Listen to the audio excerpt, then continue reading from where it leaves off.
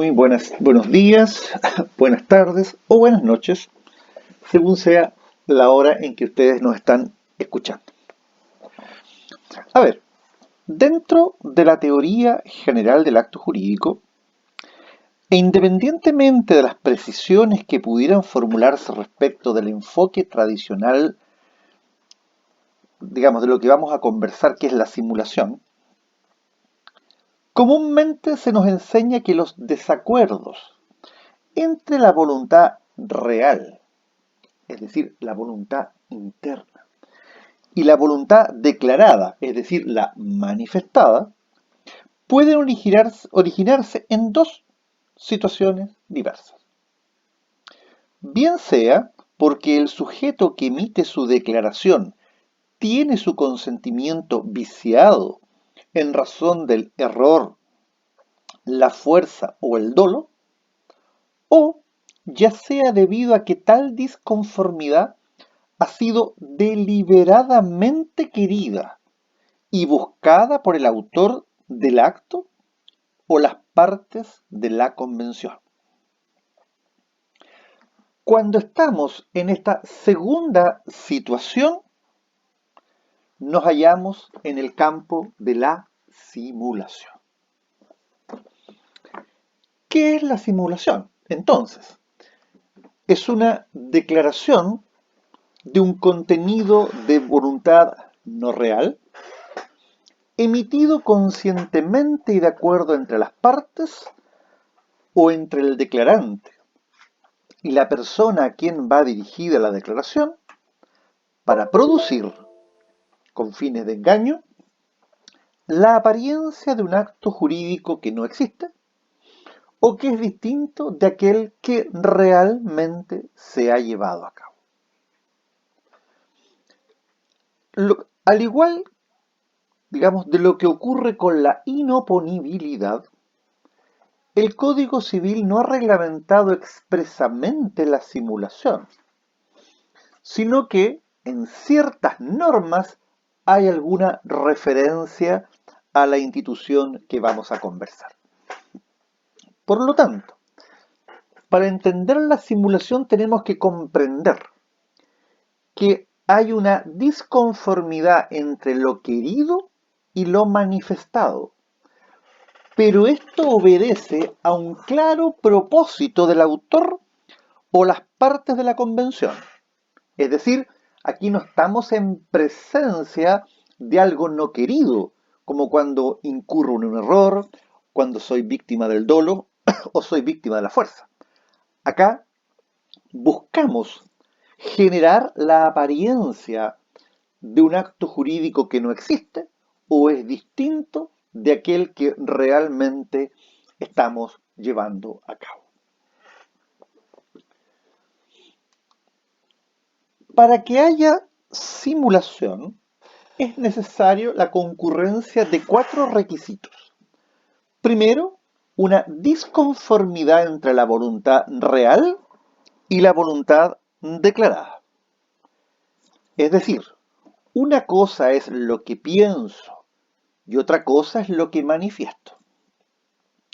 Segundo, conciencia de la disconformidad, esto es, el conocimiento de que queriéndose algo se expresa una cosa diferente. Es decir, debe haber un desacuerdo deliberado y consciente. 3. Concierto entre las partes, es decir, acuerdo entre las partes. ¿Eso qué quiere decir? Concierto. Y finalmente, un fin o propósito de engañar a terceros. La simulación puede ser lícita, puede ser ilícita, puede ser absoluta, puede ser relativa o puede ser por interposición de persona.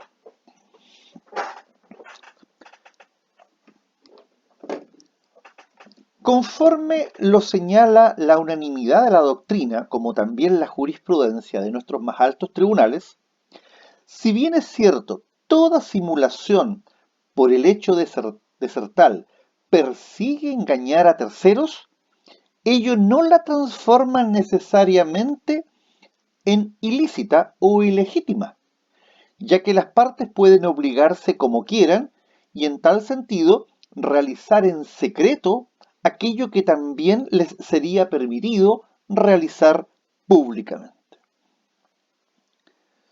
Entonces, no hay ninguna duda que la simulación evidentemente, persigue el engaño, pero una simulación es ilícita cuando más allá del engaño busca el perjuicio económico de los terceros. A ver, entonces, aclaremos esto primero con una idea, digamos, desde un punto de vista conceptual y luego con un ejemplo. En la simulación lícita, dice, las partes no persiguen el perjuicio económico de los terceros.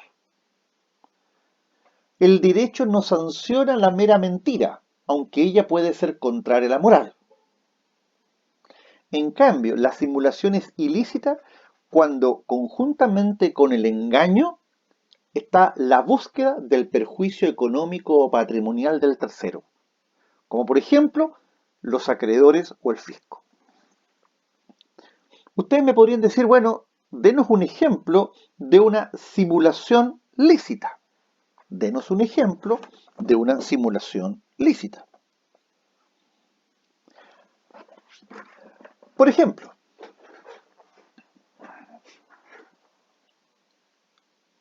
una persona podría eludir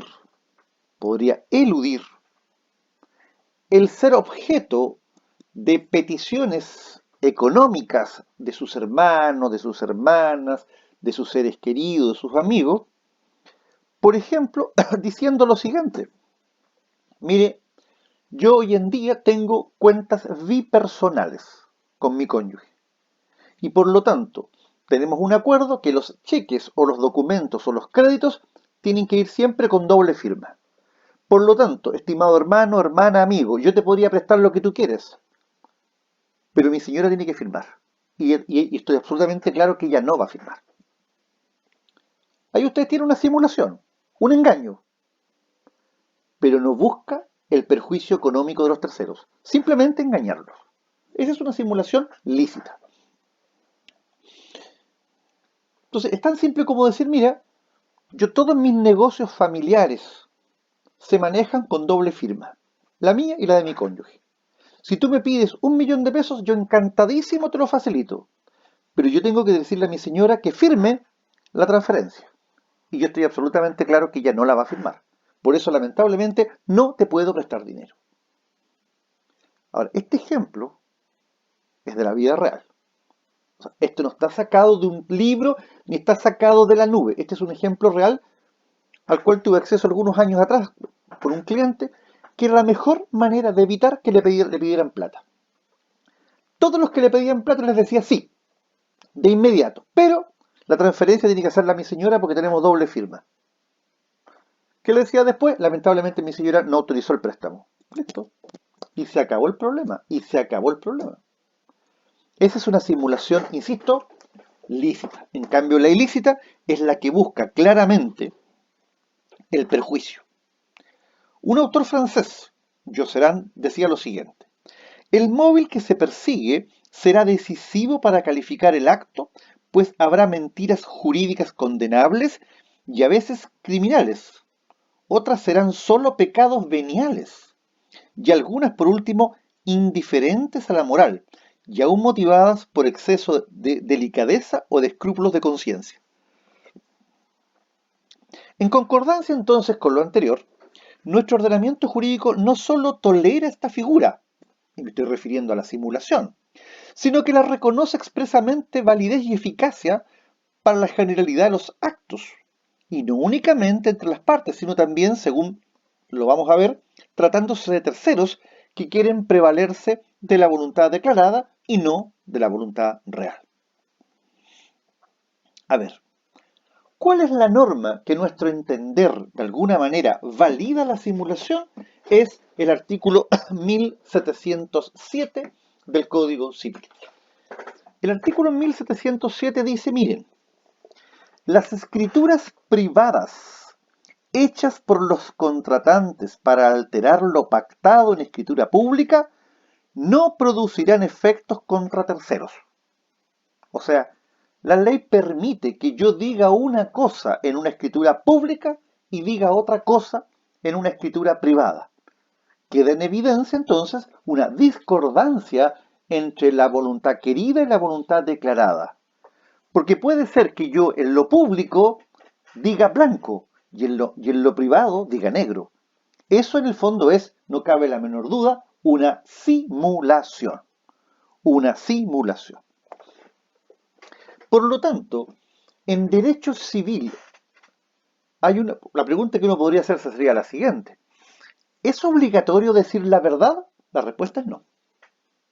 Yo puedo no decir la verdad porque la propia ley me está permitiendo contradecir lo que dije en una escritura pública a través de una escritura privada. Entonces, se ha fallado por nuestros tribunales que la simulación no mediando perjuicio de terceros es perfectamente lícita en nuestro derecho. Y así vemos que el artículo 1707, el que yo les acabo de leer, da valor entre las partes a las escrituras privadas hechas para alterar lo pactado en una escritura pública.